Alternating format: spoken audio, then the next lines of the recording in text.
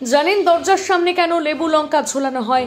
বাড়ির দরজায় লেবু লঙ্কা ঝুললে কি কি উপকার পাওয়া যায়? সত্যি কি বিপদ কেটে যায়? মা লক্ষ্মীর আগমন আদৌ ঘটে নাকি এগুলো শুধুই বিশ্বাস? এর পেছনে আবার কোনো বৈজ্ঞানিক কারণ নেই তো? দেখুন, দোকান হোক কিংবা কোনো বড় বড় প্রতিষ্ঠান, এমনকি বাড়ির সদর দরজাতেও লেবু লঙ্কা ঝুলানোর চল আজও রয়েছে। আবার কেউ কেউ গাড়ির মধ্যেও লেবু লঙ্কা ঝুলিয়ে রাখেন। তবে এটা বহু প্রাচীন প্রচলিত প্রথা। প্রায় প্রত্যেক হিন্দুরা প্রাচীন প্রথায় বিশ্বাসী। তবে তার মধ্যে লেবু লঙ্কা ঝোলানো নিয়ে মানুষের মনে অগাধ বিশ্বাস। খেতে ভুলে গেলেও লেবু লঙ্কা ঝোলাতে কেউ ভোলে না। প্রতি সপ্তাহে নিয়ম মেনে দরজার সামনে ঠিক ঝুলিয়ে দেন। এই সাধারণ 20 টাকা জিনিসটা ঝুলিয়ে কি লাভ পাওয়া যায়? কেন আর অন্য কিছু ঝোলানো হয় না? এই লেবু লঙ্কা ঝোলানোর পেছনে রয়েছে 3 রকমের যুক্তি। এক, বাস্তুশাস্ত্র অনুসারে যুক্তি। আমরা সকলেই চাই আমাদের সংসারে যেন অভাব অনটন গ্রাস করতে না পারে, আর তার জন্য সকলেই নানা রকমের বাস্তু টিপস প্রয়োগ করে থাকেন। তার মধ্যে বাড়ির সদর দরজায় লেবু লঙ্কা ঝোলানো অন্যতম একটি টিপস।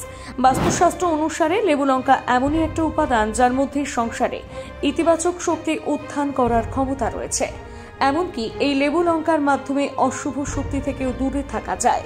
বাস্তুশাস্ত্র অনুসারে কারোর কুনজর লাগলে সংসারে আয় উন্নতি বৃদ্ধি করতে, আর্থিক সমস্যা দূর করতে লেবু লঙ্কা অত্যন্ত কার্যকরী।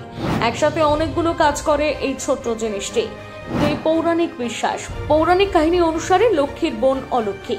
লক্ষ্মী যেখানেই যায় সেখানেই অলক্ষ্মীর ছায়া সর্বদা থাকে।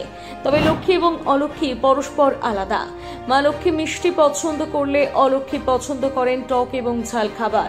তাই লক্ষ্মী পুজোর সময় মিষ্টি নিবেদন করলে মা লক্ষ্মী যেমন তুষ্ট হন, তেমনি অলক্ষ্মীকে তুষ্ট করতে বাড়ির দরজার সামনে লেবু লঙ্কা ঝোলানো হয়। এতে করে অলক্ষ্মী প্রসন্ন হয়ে আপনার সংসারে প্রবেশ করে না। আর বাড়িতে অলক্ষ্মী প্রবেশ না করা মানেই সংসার সুখ সমৃদ্ধিতে ভরে ওঠা। 3 নম্বর, বৈজ্ঞানিক যুক্তি। বিজ্ঞানীদের মতে লেবু লঙ্কা ঝোলালে বাড়ির নাকি কোনো পোকামাকড় থাকে না। আসলে লেবুর মধ্যে রয়েছে সাইট্রাস অ্যাসিড এবং লঙ্কার মধ্যে রয়েছে অ্যাসকর্বিক অ্যাসিড। এই 2 অ্যাসিডের সংমিশ্রণে এটি ঝাঁঝালো গন্ধ তৈরি হয়। এই ঝাঁঝালো গন্ধ পোকামাকড় তাড়ানোর জন্য সবথেকে বড় বন্ধু। এক কথায় বলা যায়, লঙ্কা ও লেবু এক সুতোয় বাঁধার ফলে একটি অ্যারোমেটিক ফ্লেভার তৈরি হয় যা কীটপতঙ্গ ব্যাকটেরিয়া প্রতিহত করতে সক্ষম। বাড়ি থেকে পোকামাকড় তাড়ানোর জন্য 100-200 টাকা খরচ না করে মাত্র 20-25 টাকা দিয়ে লেবু লঙ্কা কিনে আনলেই যথেষ্ট।